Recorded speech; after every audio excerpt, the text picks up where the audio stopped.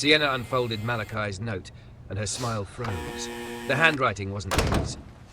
Outside her apartment door, someone knocked 3 slow times like they knew she was alone. Her phone lit up with an unknown number. I just wanted you Don't to go have to it. breakfast. He's not who you think. If you've ever loved someone the world didn't understand, like, subscribe, and stay, you're gonna feel this one. Comment love wins if you're staying, because this couple is about to be tested. The hospital smelled like sanitizer and sleeplessness, like bright floors that never got to rest. Sienna Markham paused at the threshold of the ward, one hand pressed to the strap of her handbag like it was a seatbelt.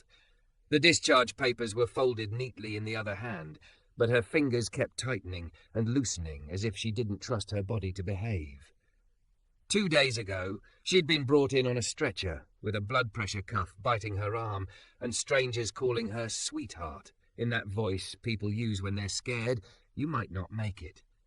Now she looked put together. That was the lie her mirror had been selling since she'd learned how to smile through anything. Her curves filled out the soft knit dress under her coat. Thick hips, a waist that would have looked confident in any room that wasn't a hospital corridor. Her hair fell in glossy waves she'd managed to brush this morning, and if anyone passed her, they'd probably assume she was leaving after visiting someone else. But inside her chest, fear still lived like a second heartbeat. At the nurse's station, the day shift moved with practiced speed. Clipboards, keyboards, phones tucked to shoulders. Sienna's eyes searched for one face and stopped when she saw him near the medication room, reading a chart with the kind of focus that made the rest of the world feel quieter. Nurse Malachi Reed. He was tall, broad-shouldered, deep brown skin catching the overhead lights like polished wood. His scrubs fit like he actually ate meals, not just stress. A navy badge clip sat against his chest, and his name, Malachi, was stitched cleanly above it. He didn't look tired the way everyone else did, not because he wasn't, but because he'd learned how to carry it with dignity. Sienna had met a lot of professionals in her life, people who smiled as strategy, people whose kindness came with strings. Malachi's didn't. His calm had been consistent from the moment he walked into her room on the worst night of her life. She remembered the first time she'd really seen him. The ER had been chaos, alarms, raised voices, a cart rattling past. Her chest had felt too tight for air, and the edges of her vision had started to blur. She'd reached for the bedrail like she could anchor herself to it, and then there was a hand, open, not grabbing, hovering close enough to promise help but far enough to respect her. "Hey," he'd said, low and steady. "I'm Malachi. You're safe. Look at me if you can." She hadn't been able to speak. Panic had turned her tongue into stone. "That's okay," he'd continued, like silence wasn't a problem he needed to solve. "We'll do this together. In through your nose. 1, 2, 3, 4. Hold. 1, 2. Out. 1, 2, 3, 4, 5, 6. The breath cadence had been a rope tossed into deep water. She'd grabbed it without thinking. Somewhere in the middle of it, she'd realized she wasn't alone. He'd been the one who explained what the doctors were doing without making her feel stupid. He'd been the one who brought her ice chips when her throat was raw, and who adjusted her blankets like she was a person and not a bed number. When her mother called crying and couldn't stop apologizing for not being there, Malachi had stayed by the door, not listening, just making sure Sienna wasn't drowning in that cool. And when the monitors finally settled and the doctor said the phrase that hit her hardest, "We caught it in time," Sienna had burst into ugly tears she didn't know she'd been holding back for years. She'd tried to hide her face. He hadn't let her be ashamed. "Tears don't make you weak," he'd said. "They make you honest." Now, 2 days later, Sienna stood at the station trying to turn gratitude into something that didn't feel too small. He looked up, noticing her in that quiet way he had, like he was paying attention before the world demanded it. His expression softened and the corner of his mouth lifted. "Well, look at you," he said, "walking like you own the hallway." Sienna let out a breath that was half laugh, half relief. "Don't flatter me. I'm walking like I'm afraid someone's going to take my discharge papers back." He nodded like he understood that fear intimately. "That's normal. I hate that it's normal. I know." His gaze flicked briefly to the papers in her hand. "How are you feeling? Dizziness? Chest tightness? Any new symptoms?" There was something about him asking clinical questions with a human voice that made her chest loosen. Better, she admitted. Still weird, like I keep waiting for my body to betray me again. He didn't flinch at the honesty. It's your nervous system trying to protect you, he said. It's not a sign you're broken. It's a sign your body remembers. Sienna swallowed. I didn't even know I was that scared until it happened. Malachi's eyes held hers, steady and kind. Most people don't, he said. They find out in the moment, and then they blame themselves for reacting like a human. She looked down, suddenly aware of how close she was to crying again. I wanted to say thank you, she managed. Not the hospital thank you, not the you're doing your job thank you, the you kept me from falling apart thank you. His shoulders rose slightly, then settled, like he didn't know where to put praise. You did the hard part, he said. No, Sienna said firmer. I did the breathing. You gave me the air. For the first time, Malachi looked a little caught off guard. He glanced away, then back, a quiet smile pulling at him like he couldn't stop it. You're very direct. I'm learning, she said. I'm tired of almost dying with my feelings unsaid. Something shifted in his face, something deeper than professional warmth, a flash of recognition like he'd also lived with that kind of regret. Sienna reached into her purse and pulled out a small envelope. Simple, cream paper, no glitter, no big gestures, just her handwriting, careful and real. I wrote this, she said, holding it out. For you. Malachi didn't take it right away. He looked at her hand, then at her face, as if making sure she was okay giving something personal. Sienna, have to. I want to, she cut in, gentle but sure. Please.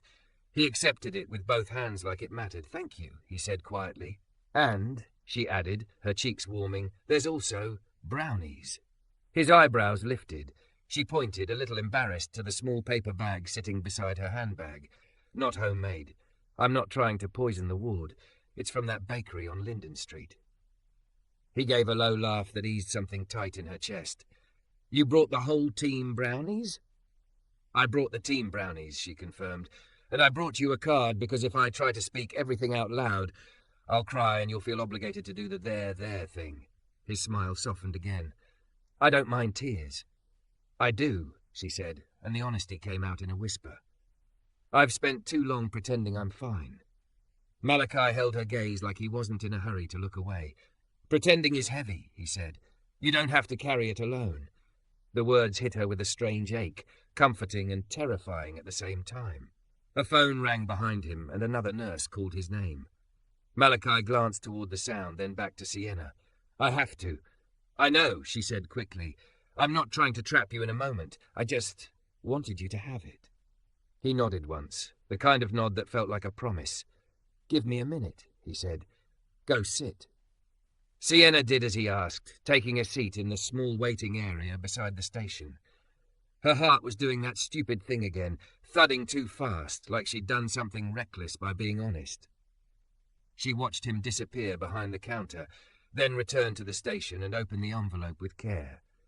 She couldn't see the words from where she sat, but she remembered every line she'd written because she'd rewritten them 3 times, afraid gratitude could sound like desperation. You were the calm in the loudest night of my life. You made me feel safe without making me feel small.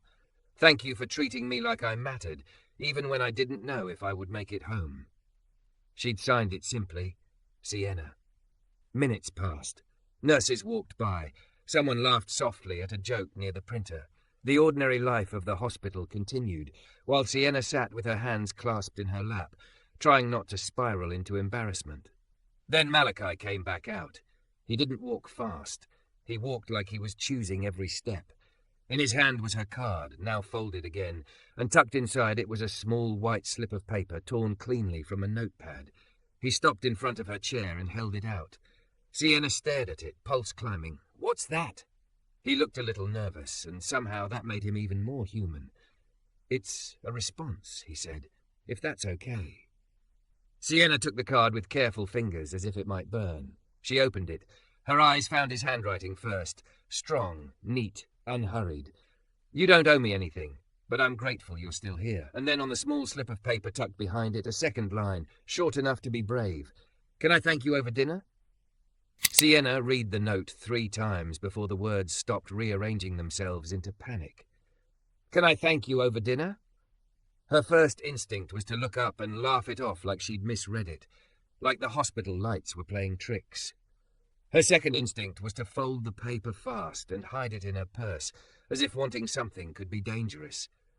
But Malachi stood there, waiting without pressure, his hands relaxed at his sides. His face held the same steady calm he'd given her when she couldn't breathe, only now there was something else under it, a quiet risk. A man stepping beyond the rules of his shift into something personal, and doing it with respect. Sienna's throat tightened. Dinner?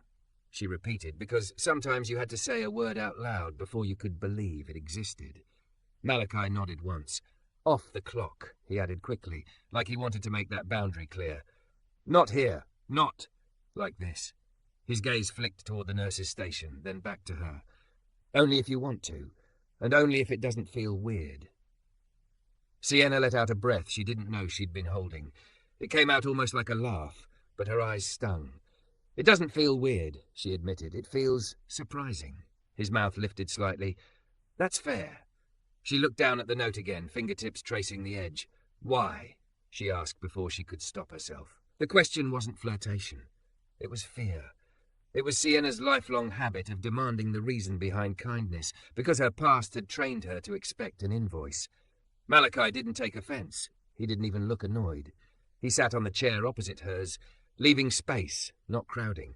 His forearms rested loosely on his thighs, his badge catching the light. Because you thanked me like I'm a person, he said. Not like a service. Sienna blinked. And because, he continued, voice lower now, I watched you fight for air. I watched you come back into your body. That kind of bravery, it does something to you when you witness it. He paused.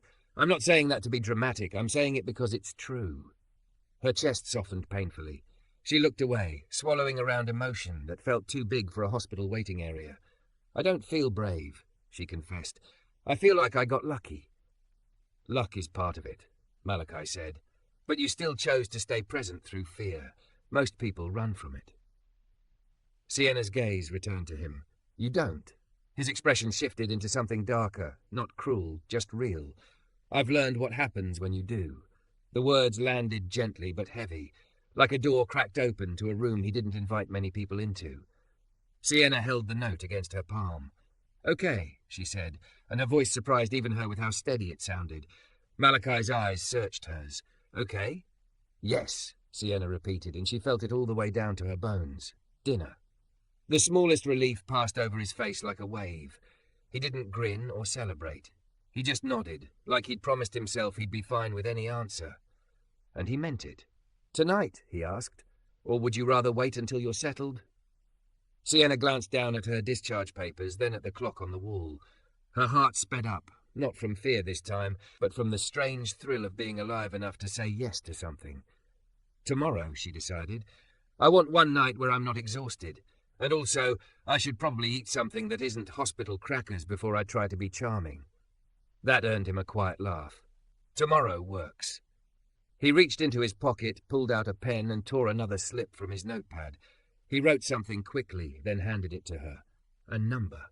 And beneath it, Malachi. Text me when you're home safe. Sienna stared at it, warmth blooming in her chest. Safety. That word had become a new language for her. I will, she said. He stood, backing away a step like he was making room for her to breathe. And Sienna? Yeah? Not because I'm trying to check up on you. His voice softened. I just don't want you walking into the night carrying all of it alone again.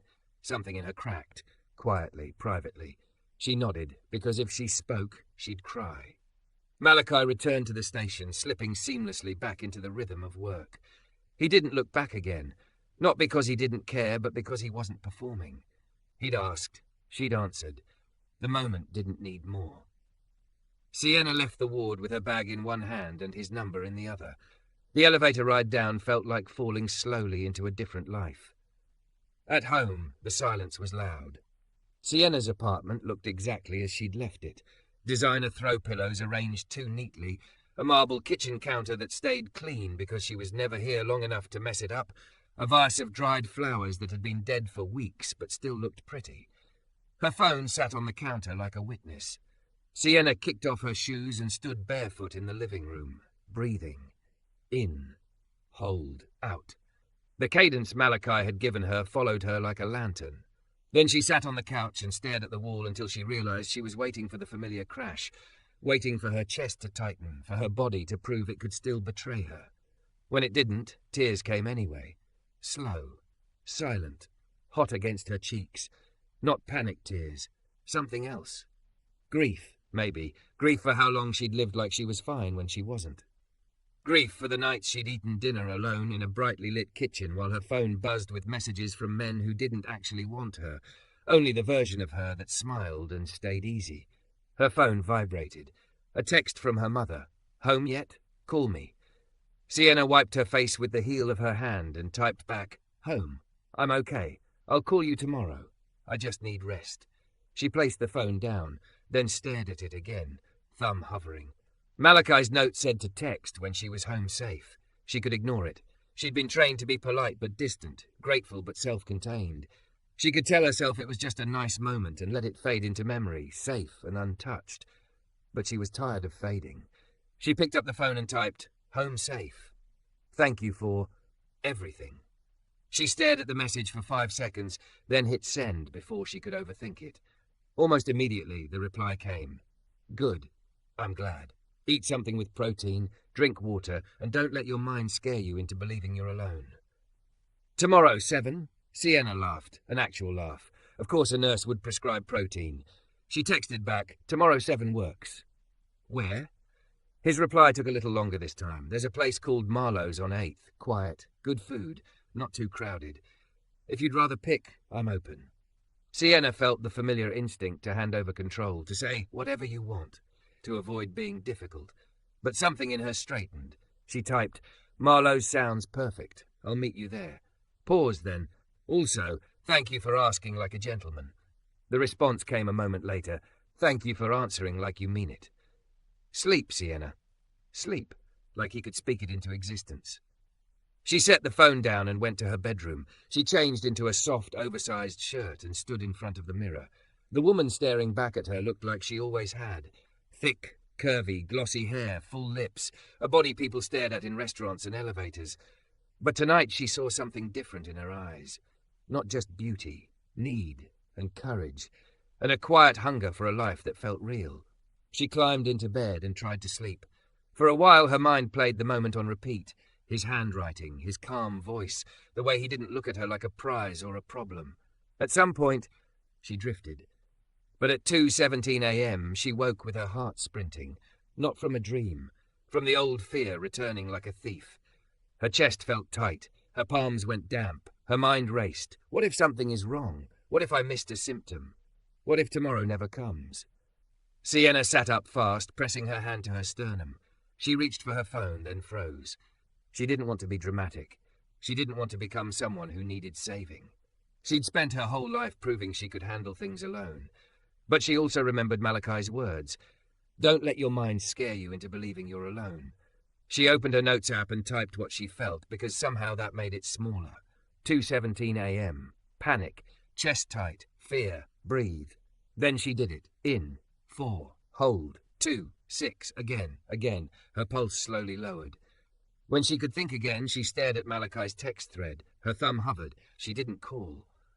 She didn't want to wake him. But she did something else. Something she'd never done with anyone. She sent one sentence. Having a little fear tonight. Doing the breathing. Just wanted you to know you were right about the mind scaring me. She expected nothing. Maybe a reply in the morning. But the phone buzzed less than a minute later. You're not alone, Sienna. Keep the cadence. Put one hand on your chest, one on your stomach. Feel the rise. You're safe. Tomorrow is still yours. Tears filled her eyes, hot and instant. She pressed one hand to her chest, the other to her stomach, like he said, and breathed until the fear loosened its grip. For the first time since the hospital, Sienna felt something she couldn't buy. Peace. And underneath it, quiet, terrifying anticipation. Tomorrow, she wasn't just meeting a man for dinner. She was stepping into a life where she didn't have to pretend she was fine. And that was the most intense thing she'd ever done. Sienna arrived at Marlowe's 10 minutes early and stayed in her car anyway, both hands on the steering wheel like she was holding herself in place. The restaurant glowed warm through the windows. Gold light, soft movement, people laughing like their bodies had never betrayed them. She touched her chest once, subtle, checking. The old fear tried to rise, but she met it the way Malachi had taught her. In, 4, hold, 2, out, 6. She stepped out into the night, the fitted black dress hugging her thick curves, the cream coat sitting heavy on her shoulders like a shield she didn't want to need. Her heels clicked across damp pavement. With every step, she felt the strange reality of being alive. The hostess smiled. "Markham? He's here." Sienna's pulse kicked. She followed her through the restaurant, past couples leaning in close, past a table where someone clinked a glass and said congratulations, like life was always generous. Then she saw him. Malachi stood as she approached. No scrubs, no badge, just a dark sweater that fit across his shoulders and clean jeans. He looked ordinary in the best way. Like he lived in the world outside fluorescent lights too. His eyes met hers and softened. "Hi," he said. Her throat tightened. "Hi." He pulled out her chair without making a show of it. When she sat, he sat, hands visible on the table, posture relaxed, presence steady. That same calm had followed her home from the hospital like a borrowed blanket.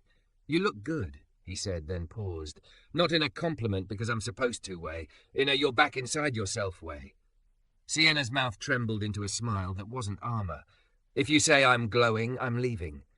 He gave a low laugh. "Noted."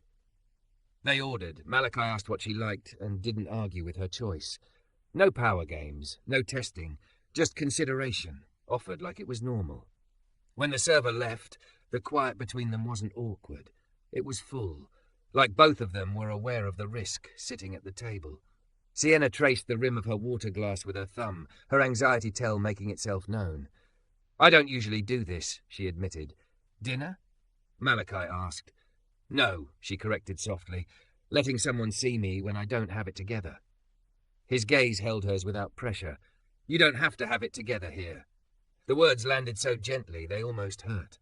Sienna swallowed hard. "That's unfamiliar." "I can tell," he said, not judging, just noticing. "What's it like for you?" Sienna forced herself not to deflect with humour, like I'm about to be told I'm too much. Malachi's eyes narrowed slightly, not in anger at her, but at the idea. "Who told you that?" She hesitated. The answer felt like a bruise she'd kept covered. "People who wanted less from me," she said finally. "Less feeling, less honesty, less need." "You had a medical scare," he said quietly. "Need isn't a flaw, it's a human response." Sienna blinked fast. "You make everything sound reasonable." "I make it sound true," he replied. "Reasonable comes after truth." The bread arrived. Sienna tore a piece just to keep her hands busy. Malachi didn't rush her, didn't fill the silence like he was afraid of it. She looked up, meeting his eyes.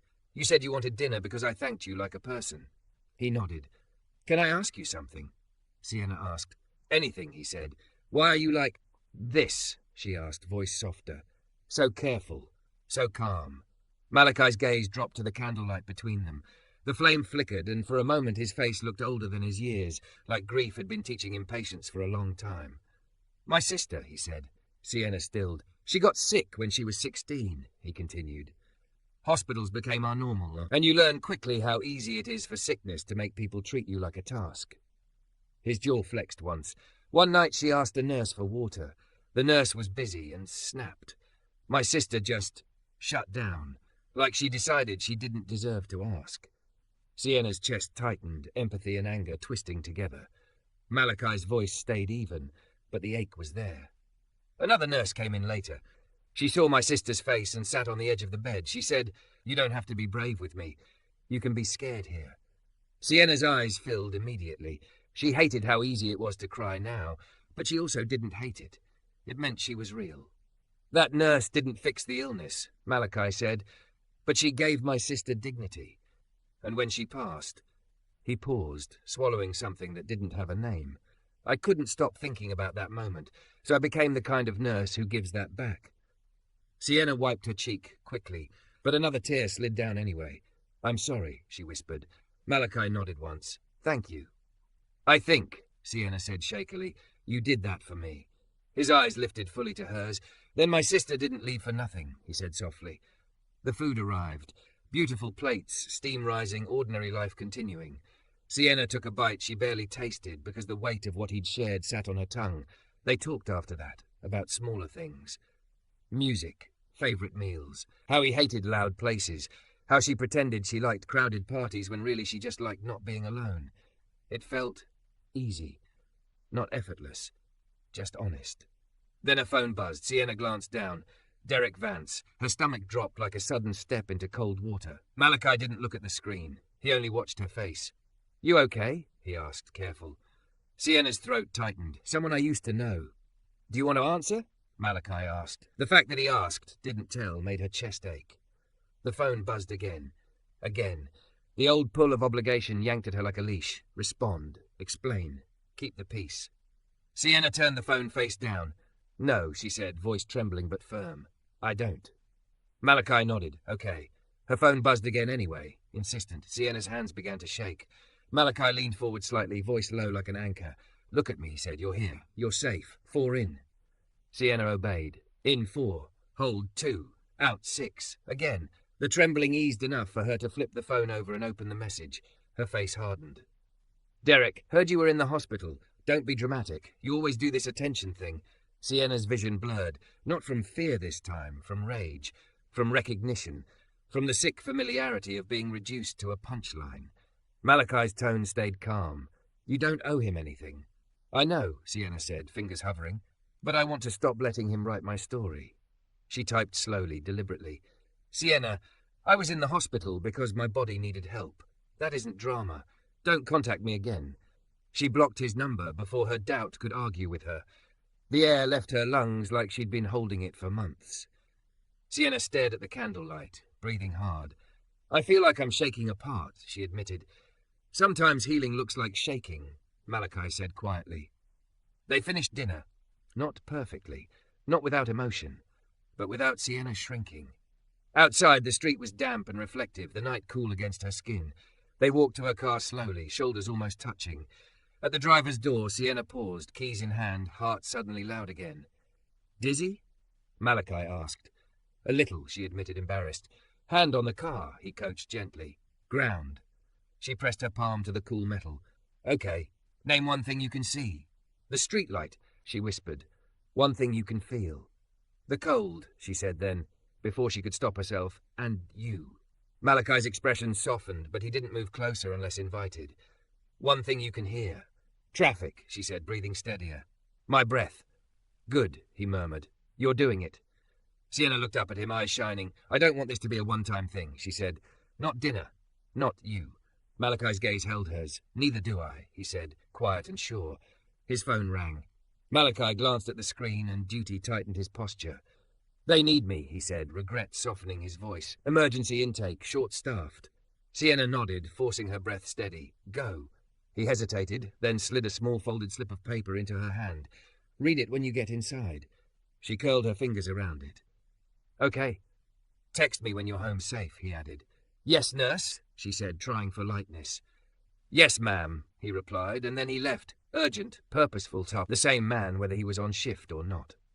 Sienna drove home with the folded paper pressed in her palm like a promise. She climbed the stairs to her apartment, heart steadying with every step. Inside, she flicked on the light, kicked off her heels, and finally unfolded the note. Her smile froze. The handwriting wasn't Malachi's. It wasn't neat. It wasn't calm. It looked rushed, angry almost. Sienna's pulse spiked. Before she could read the whole thing, a knock sounded at her door. 3 slow knocks. Measured. Familiar. Like whoever stood outside knew exactly how hard to hit to make her skin go cold. Her phone lit up at the same time, unknown number. "Don't go to breakfast. He's not who you think."